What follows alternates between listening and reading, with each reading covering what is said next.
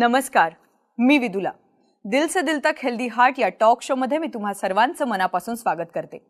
अलीकडच्या काळात हृदयविकारामुळे जीवाला धोका निर्माण झाला आहे. अगदी सुदृढ लोकांमध्येही हार्ट अटॅकचे प्रमाण दिसून येत आहे. दिल से दिल तक हेल्दी हार्ट हा टॉक शो प्रत्येक भारतीयाला हृदयविकाराबद्दल शिक्षित आणि संवेदनशील करण्यासाठीचा हा उपक्रम आहे. आकडेवारी दर्शवते की पाश्चात्य देशातील लोकांपेक्षा भारतीयांना 10 वर्ष आधी हृदयविकाराचा त्रास होतो. त्याशिवाय दर 33 सेकंदाला एका व्यक्तीचा हृदयविकाराच्या झटक्याने मृत्यू होतो. यासाठीच लोकांमध्ये हृदयविकाराबद्दल जनजागृती व्हावी म्हणून दिल से दिल तक हेल्दी हार्ट या टॉक शोची मोहीम सुरू करण्यात आली. भारतातील आदरणीय इंडियन मेडिकल फ्रेटर्निटी यांच्या संयुक्त विद्यमाने 2018 पासून दिल से दिल तक हेल्दी हार्ट या टॉक शोची मोहीम सुरू करण्यात आली. दिल से दिल तक हेल्दी हार्ट या टॉक शोचे लाखो भारतीयांनी कौतुक केले आणि हजारो भारतीय या मोहिमेत सामील झाले. हीच गोष्ट लक्षात घेऊन भारतातील सुप्रसिद्ध हृदयरोग तज्ञ दिल से दिल तक हेल्दी हार्टच्या व्यासपीठावर एकत्र येतात व टीव्हीद्वारे हृदयविकाराची लक्षणे, प्रतिबंध आणि निरोगी जीवनशैली यावरती चर्चा सादर करतात. आजच्या या विशेष कार्यक्रमात भारतातील तसेच महाराष्ट्रातील सुप्रसिद्ध हृदयरोग तज्ञ आज आपल्या सोबत आहेत. डॉक्टर एस पाटील, त्याचबरोबर doctor C Rathi, doctor D Padole आणि डॉक्टर पी रहातेकर आज आपल्या नागपूरच्या स्टुडिओत आपल्या सोबत आहेत. नमस्कार डॉक्टर. नमस्कार. तुम्हा सर्वांचं दिल से दिल तक हेल्दी हार्ट या टॉक शो मध्ये मी विदुला मनापासून स्वागत करते. आजच्या या खास कार्यक्रमाला सुरुवात करताच माझा पहिला प्रश्न डॉक्टर एस पाटील यांना आहे. डॉक्टर, आजकाल आपण बघतो की तरुणांमध्ये सुद्धा हृदयविकाराचे प्रमाण वाढले आहे आणि अगदी सुदृढ लोकांनाही हृदयविकाराचा झटका येतो. याबद्दल तुमचं काय मत आहे? आजच्या दुनियेत दुर्दैवाची गोष्ट ही आहे की तरुण पिढी सुद्धा हृदयविकाराला सामोरे चालली आहे. पूर्वीच्या काळात माणसांमध्ये वय 45 पेक्षा जास्त आणि स्त्रियांमध्ये वय 55 पेक्षा जास्त हा वयोगट हृदयविकाराकरता हाय रिस्क मानला जायचा. पण आज ती परिस्थिती नाही आहे. आज आमच्या प्रॅक्टिसमध्ये आम्ही 25 वर्ष 30 वर्ष अशा वयोगटातल्या यंग लोकांनासुद्धा हृदयविकाराला सामोरे जाताना बघत आहे.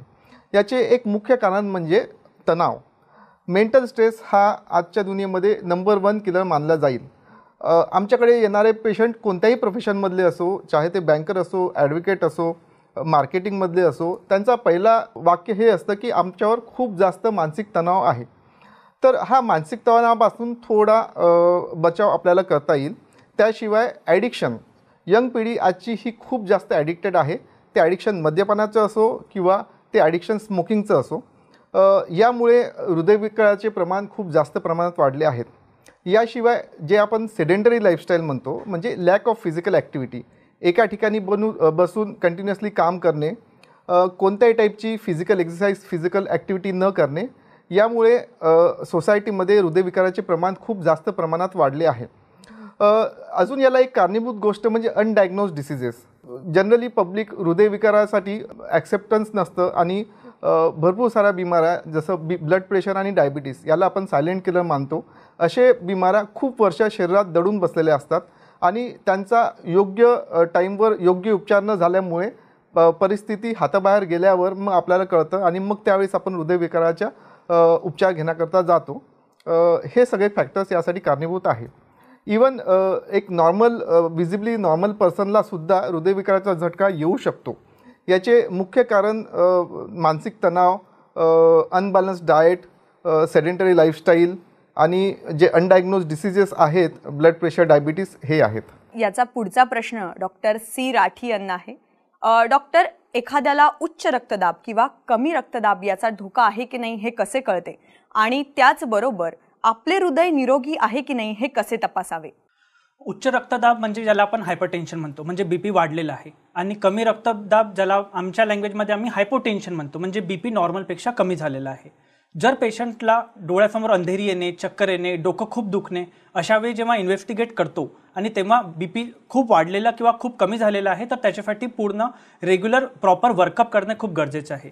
याच्यामध्ये बीपीच्या हिशोबाने जर गोळ्या काही सुरू करायची गरज असेल तर ते औषधं काही सुरू करावे लागेल. पेशंटचं ECG होणं गरजेचं आहे. जर गरज असेल तर पेशंटचं ट्रेडमिल टेस्ट होणं गरजेचं आहे. आणि सर्वात इम्पॉर्टंट म्हणजे हृदयाचा इको म्हणजे हृदयाची सोनोग्राफी.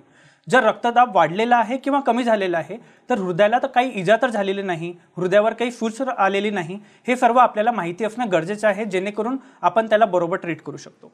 जर तुमच्या फॅमिलीमध्ये आईला, वडिलांना किंवा भाऊ बहिणींना कोणाला बीपी, शुगर, थायरॉइड किंवा काही हृदयाचा त्रास आहे तर तुम्हाला उच्च रक्तदाब व्हायचे चान्सेस नॉर्मल पेशंटपेक्षा ऑब्व्हियसली जास्त राहील. तर अशा वेळेस तुम्ही जर तुमची 40शी ओलांडलेली आहे तर एक रेग्युलर चेकअप म्हणून, जरी तुम्हाला काही त्रास नसेल तरीही एक रेग्युलर वर्कअप म्हणून एक ECG करणं, आपलं शुगर चेक करणं आणि एक कोलेस्ट्रॉल लेवल चेक करणं हे अत्यंत आवश्यक आहे, जेणेकरून तुम्ही हाय रिस्कमध्ये येण्याच्या अगोदर आपण त्याला ट्रीट करू शकू. माझा यानंतरचा प्रश्न डॉक्टर डी पडोले यांना आहे. डॉक्टर, हृदयविकार आणि कोलेस्ट्रॉल यांचा काय संबंध आहे आणि त्याचबरोबर हार्ट ब्लॉकेजची लक्षणे कुठली असतात आणि अवरोधित धमनींचे निदान करण्यासाठी कुठल्या चाचण्या उपलब्ध आहेत? आता हे कोलेस्ट्रॉल आणि आपला हृदयविकार हे हातात हात घालून चालणारे दोन प्रकार आहेत. कोलेस्ट्रॉलची मात्रा म्हणजेच की कोलेस्ट्रॉल एक प्रकारचं फॅट आहे आणि कोलेस्ट्रॉलची मात्रा जशी जशी आपल्या रक्तात वाढते तसं तसं अथेरोस्क्लेरोसिस हे आपल्या शरीरात बिल्डअप व्हायला सुरू होतं.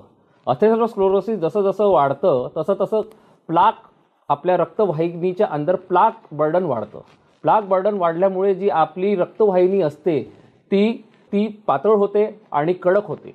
जशी जशी ती आपली रक्तवाहिनी पातळ आणि कडक व्हायला लागते तर जितकं रक्त आपल्या हार्टला पाहिजे असतं तितकं रक्त हार्टला पोहोचत नसतं आणि त्यामुळे पेशंटला छातीत दुखणे किंवा हृदयाचा झटका होणे किंवा हार्ट फेलियर होणे या प्रकाराचे सिम्पटम्स आढळतात. त्यानंतर जसा तुमचा दुसरा प्रश्न होता की तर निदान जसे करावे, जसं डॉक्टर राठींनी सांगितलं, जी अवरोधित जी आपली रक्तवाहिका आहे त्याच्यासाठी जे बेसिक टेस्ट्स आहे जसे की आपले कोलेस्ट्रॉल लेवल नेहमी 200च्या खाली आणि त्यामध्ये पण स्पेसिफिकली जे LDL कोलेस्ट्रॉल असतं त्याला स्पेसिफिकली 100च्या खाली ठेवणे हे खूप आवश्यक आहे. त्याच्या अलावा आपले जे रुटीन टेस्ट आहे जसे की डायबिटीज, शुगर, BMI हे सर्व नियंत्रित ठेवणे खूपच आवश्यक आहे. आणि त्याच्या अलावा ECG सारखे बेसिक टेस्ट, ट्रेडमिल टेस्ट खास करून ज्याच्यामध्ये आपण ECGमध्ये चेंजेस पाहतो जेव्हा आपल्या हार्टला जास्त रक्त किंवा जास्त ऑक्सिजन लागत असतं त्यावेळेस काही बदल होतात आहेत की नाही हे सर्व आपल्याला पाहायचं असतं. जर आपण आपले हे सर्व गोष्टी नीट पाहिल्या तर युजली आपण एक हेल्दी लाईफच्या रस्त्यावर समोर जाऊ शकतो. माझा पुढचा प्रश्न डॉक्टर पी राहतेकर यांना आहे. डॉक्टर, हृदयविकारामुळे होणाऱ्या वेदना आणि गॅस्ट्रिकमुळे होणाऱ्या वेदना यात काय फरक असतो? हा एकदम महत्त्वाचा प्रश्न आहे. खूप कॉमनली आपल्याला दिसतं की आपल्याला छातीत जळजळ होते आहे किंवा पोटात दुखते आहे, तर हे आपलं हृदयविकाराच्या अटॅक म्हणजे हार्ट अटॅकमुळे आहे की हे गॅस्ट्रिक ट्रबल आहे. याच्यासाठी आपल्याला महत्त्वाची गोष्ट ही माहिती करायला पाहिजे की हे दुखणं कशा प्रकारचं आहे. हे आपल्याला काही छातीमध्ये जडपणा वाटतो आहे का, खूप अत्यंत घाम सुटतो आहे का, किंवा हाताला पण दुखते आहे का, जबड्यांमध्ये दुखते आहे का, किंवा अशी ॲसिडिटी झाली आहे जी आत्तापर्यंत कधी नाही झाली. जर असे लक्षणं असतील तर मोस्टली हे आपलं हार्ट अटॅक रिलेटेड लक्षणं जास्ती असतात. पण कधी कधी कोणी जर म्हणतं की नुसतं मला टोचल्यासारखं होतं आहे छातीमध्ये किंवा थोडंसं ॲसिडिटीसारखं वाटतं आहे, जळजळ वाटते आहे, तर हे गॅस्ट्रिक ट्रबल पण राहू शकतो. पण महत्त्वाची गोष्ट ही आहे की गॅस्ट्रिक ट्रबल खूपदा लाईफ थ्रेटनिंग किंवा जीवाला धोका देणारी नाही राहत. पण जर आपलं हार्ट अटॅकचे हे लक्षणं असतील तर हे लाईफ थ्रेटनिंग राहू शकते. याच्यामध्ये एक क्षण पण वाया नाही घालायला पाहिजे.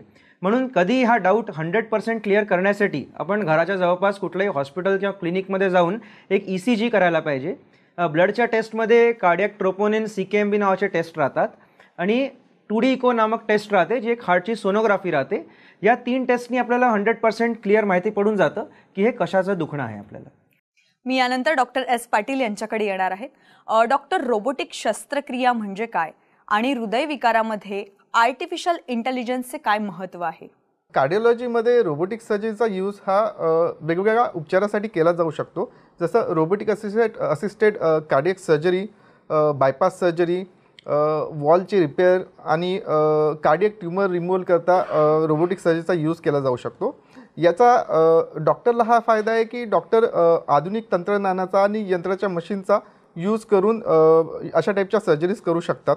डॉक्टरला त्यामध्ये एक डिटेल इन्फॉर्मेशन आणि अतिशय सुरक्षित पद्धतीने पेशंटचा इलाज करता येईल. यासाठी पेशंटला हा फायदा आहे की पेशंटला कमी वेळात फास्ट रिकव्हरी, यामध्ये होणारा ब्लिडिंग किंवा रक्तस्राव हा कमी प्रमाणात राहील आणि यामध्ये संक्रमण होण्याचे चान्सेस हे ॲज कम्पेअर टू ट्रॅडिशनल कमी असतात. आर्टिफिशियल इंटेलिजन्सचा यूज हृदयविकारामध्ये हा आहे की याच्यामध्ये एक ऑटोमेटेड मॉनिटरिंग करणं पॉसिबल आहे. जसे शरीरात लपून बसलेल्या बिमाऱ्या आहेत त्या ऑटोमेटेड मॉनिटरिंगमुळे आपल्याला कळू शकतात. याशिवाय आर्टिफिशियल इंटेलिजन्सचा यूज करून रेडिओलॉजिकल इमेजेस, स्कॅनर्स आणि ॲडव्हान्स निदान करणे याच्यामुळे पॉसिबल आहे. माझा पुढचा प्रश्न डॉक्टर सी राठी यांना आहे. डॉक्टर, एंजिओग्राफी, एंजिओप्लास्टी आणि बायपास यामध्ये काय फरक आहे आणि एंजिओग्राफी करणाऱ्या रुग्णाला एंजिओप्लास्टी करणं गरजेचंच असतं का? याबद्दल तुम्ही काय सांगाल? एंजिओग्राफी, एंजिओप्लास्टी आणि बायपास हे तिन्ही वेगवेगळ्या गोष्टी आहे. एंजिओग्राफी ही एक फक्त डायग्नोस्टिक प्रक्रिया आहे ज्याने आपण रोग निदान करू शकतो. हाताच्या किंवा पायाच्या नफेतून एक छोटीशी नळी हृदयापर्यंत नेली जाते आणि त्याच्याद्वारे आपण डाय म्हणजे कॉन्ट्रास्ट देऊन हृदयाच्या ज्या महत्त्वाच्या रक्तवाहिनी आहे त्याच्यामध्ये काही ब्लॉकेज आहे की नाही हे आपण बघतो. या प्रक्रियेला आपण एंजिओग्राफी म्हणतो. प्रत्येक एंजिओग्राफी केलेल्या पेशंटमध्ये एंजिओप्लास्टी करायची गरज असणार की नाही असं पक्कं नाही आहे. एंजिओग्राफी झाल्यानंतर ज्या प्रकारचे ब्लॉकेजेस आहे आयदर पेशंटला फक्त औषधींवर ठेवावं लागेल, ब्लॉकेजेस जास्त असेल तर आपल्याला एंजिओप्लास्टीची गरज भासू शकते. म्हणजे एक मेटलचं जे स्टेंट आहे जे कोबाल्ट क्रोमियमचं बनलेलं असते त्याला त्याच हाताच्या नफेतून तिथे प्लेस करून तो ब्लॉकेज उघडला जातो. आणि जर हृदयाच्या तिन्ही नसांमध्ये ब्लॉकेज असेल किंवा तिथे कॅल्शियमचं डिपॉझिशन जास्त असेल तर अशा वेळीच आपल्याला बायपास सर्जरी करायची गरज भासू शकते. यानंतरचा माझा पुढचा प्रश्न डॉक्टर डी पडोले यांना आहे. डॉक्टर, सायलेंट हार्ट अटॅक म्हणजे काय आणि सायलेंट हार्ट अटॅक कुणाला येऊ शकतो? सायलेंट हार्ट अटॅक म्हणजे की मूक हृदयविकार हा खूपच कॉमन प्रकार आहे.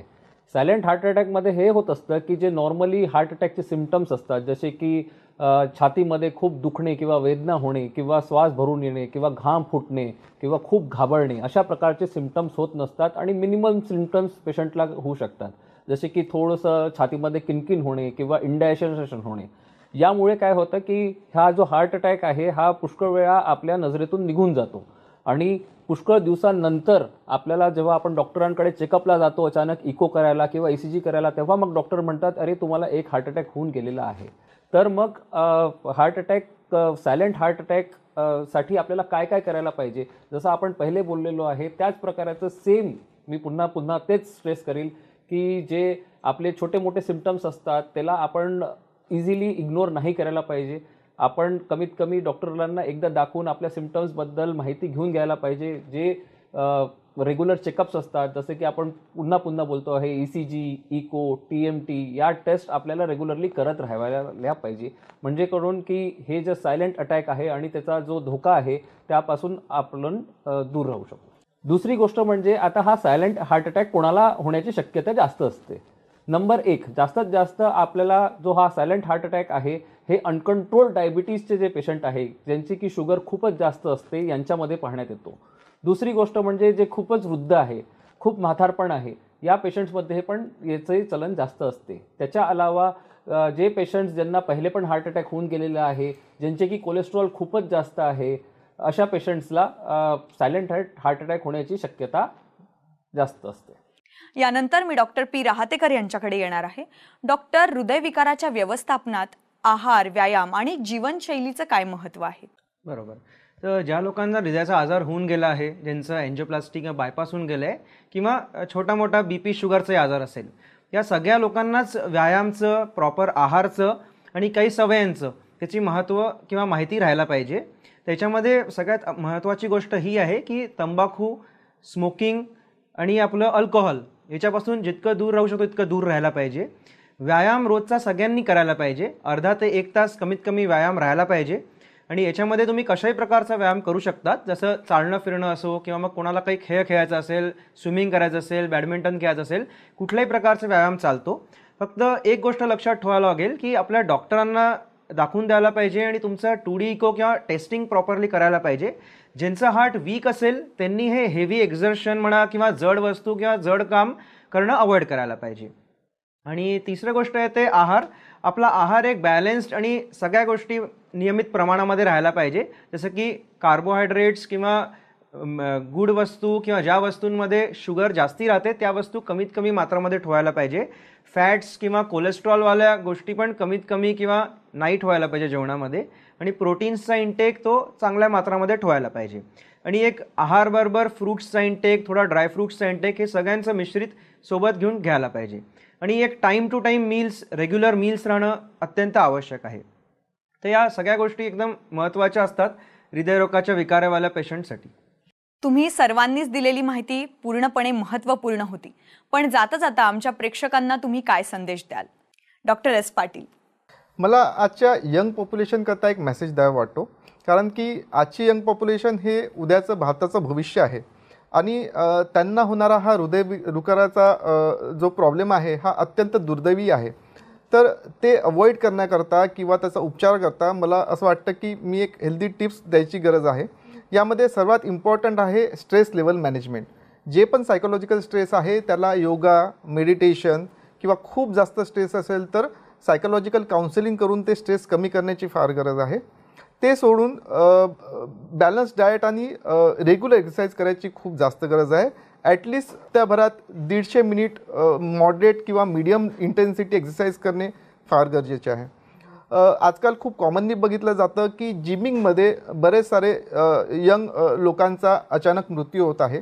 तर ज्यांना खूप सिव्हिअर इंटेन्सिटीने एक्सरसाइज करावी असे वाटते त्यांनी ॲटलिस्ट प्रायमरी हार्टचे टेस्ट जसे ECG, 2D इको आणि गरज असेल तर ट्रेडमिल टेस्ट, ह्या ॲटलिस्ट प्रायमरी स्क्रीनिंग टेस्ट आम्ही त्या म्हणतो त्या ॲटलिस्ट करून घेणं फार गरजेचे आहे. त्याशिवाय एक ॲडिक्वेट स्लीप घेणं आणि ज्या आता ऑलरेडी आपण डिस्कस केले की अनडायग्नोज डिसीजेस जसं हायपरटेन्शन आहे, डायबिटीस आहे, ज्याच्यामुळे लाँग टर्ममध्ये आम्ही त्यांना म्हणतो की सायलेंट किलर. तर अशा टाईपच्या बिमाऱ्या जर का आपल्यात असतील तर आपण त्याची निदान करून डॉक्टरांकडून उपचार करून घेणं फार गरजेचे आहे. Doctor C Rathi. जर तुम्हाला कोणत्याही प्रकारचे सिम्पटम्स होत आहे, छाती दुखणं, दम लागणं, डोळ्यासमोर अंधेरी येणं, पायावर सूज येणं, तर कोणत्याही प्रकारच्या सिम्पटम्सला निग्लेक्ट करू नये. हे निग्लिजन्स आपल्या तब्येतीसाठी कदापि बरं नाही आहे. जर तुम्हाला काही त्रास होत असेल तर त्याचं रोग निदान करून त्याचं डायग्नोसिस बनणं खूप आवश्यक आहे. जर अशा प्रकारचे तुम्हाला सिम्पटम्स होत आहे तर आपल्या जवळच्या हृदयरोग तज्ज्ञांना तुम्ही भेट द्या. एक वेळा क्लिनिकल डिटेल एक्झामिनेशन होणं गरजेचं आहे. ECG हे सर्वात महत्त्वाचे आहे, जेणेकरून तुमच्या हृदयाला कोणत्याही प्रकारची काही इजा आहे की नाही हे क्लिअर होईल. ECGला सपोर्ट करायला काही वेळा काही ब्लड वर्कअप म्हणजे ट्रोपोनिन I किंवा CPK-MB या ब्लड वर्कअपची गरज भासू शकते. आणि सर्वात महत्त्वाचं म्हणजे हृदयाचा 2D इको म्हणजे हृदयाचा सोनोग्राफ. हृदयाचं पंपिंग ठीक आहे की नाही, हृदयावर काही सूज तर आलेली नाही, हृदयाच्या ज्या वॉल्स आहे त्याच्यामध्ये काही लिकेज तर नाही, हे कळणं गरजेचं आहे. आणि त्या हिशोबाने एक वेळा तुमचं डायग्नोसिस झालं आणि मग ते बघून तुम्हाला अँजिओग्राफीची किती अर्जन्सी आहे की गरज आहे हे डिसाईड होऊन आपली पुढची ट्रीटमेंट सुरू होऊ शकते. Doctor D Padole. जाता जाता मी हेच सांगेल की हार्ट डिझीज झाल्यात खूप जास्त घाबरू नये आणि ट्रीटमेंटचे जे ऑप्शन्स आहेत त्याबद्दल मी तुमच्यासोबत 2 मिनिटं डिस्कस करेल.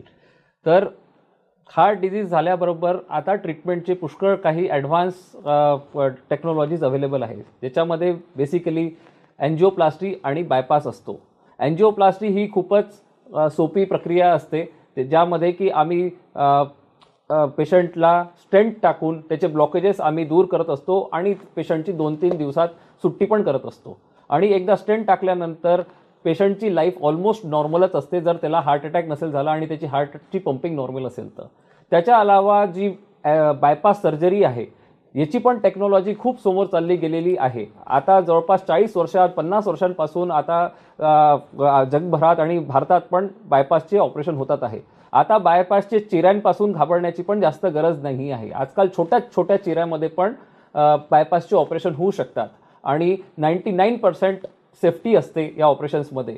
तर जर तुम्हाला आजार असेल तर त्याच्यामध्ये बिलकुलच भ्यायला नाही पाहिजे आणि जसे तुमचे कार्डिओलॉजिस्ट म्हणतात अँजिओप्लास्टी किंवा बायपास किंवा औषधं जी पण ट्रीटमेंट डॉक्टर सांगेल त्याला कॉन्फिडेंटली समोर जाऊन तुम्ही तुमचं समोरचं लाईफ नॉर्मली जगू शकता. आणि डॉक्टर पी राहतेकर. नमस्कार. शेवटी मी हेच सांगेल सगळ्यांना की ज्या लोकांना हृदयरोगचा आजार आहे किंवा ज्या लोकांना नाही पण आहे त्यांना हे महत्त्वाची गोष्ट ठेवायला पाहिजे की त्यांना BP, शुगर, हाय कोलेस्ट्रॉल या सगळ्या गोष्टींचा रेग्युलर चेक करायला पाहिजे. आणि ज्यांना या गोष्टी आहे त्यांनी घाबरायला नाही पाहिजे, कारण की हे फार कॉमन आहे आजकालच्या काळांमध्ये. त्यांनी याच्यासाठी प्रॉपर ट्रीटमेंट, मेडिसिन्स, आपलं डायट, एक्सरसाइज प्रॉपर ठेवणं हे अत्यंत आवश्यक आहे. बिना डॉक्टरांच्या सल्ल्याशिवाय गोळ्या बंद नाही करायला पाहिजे, कारण की हे खूपदा कॉमनली आपण बघतो की लोकांना बरं वाटायला लागलं की ते गोळ्या बंद करून देतात आणि मग हा आजार परत मोठ्या प्रमाणामध्ये होतो. तर ही माझी महत्त्वाची माहिती तुम्हाला सगळ्यांना द्यायची आहे की गोळ्या बंद नका करू. डॉक्टरांशी सल्ला घेऊन गोळ्या कमी करून घेऊ शकतात किंवा काही चेंज करायचं असेल तर चेंज करून घेऊ शकतात.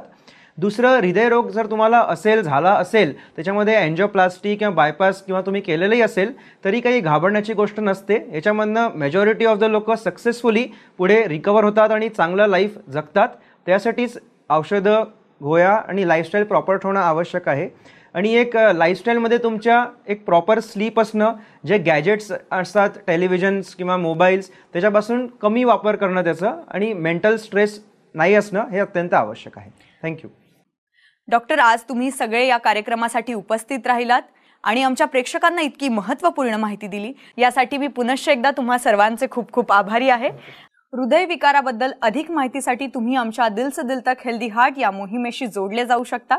त्याचबरोबर दिल से दिल तक हेल्दी हार्टच्या फेसबुक, इंस्टाग्राम आणि ट्विटर पेजला आजच भेट द्यायला विसरू नका. आजच्या कार्यक्रमात इतकंच. पुन्हा भेटू नवीन चर्चेसह. तोपर्यंत स्वस्थ रहा, काळजी घ्या. धन्यवाद.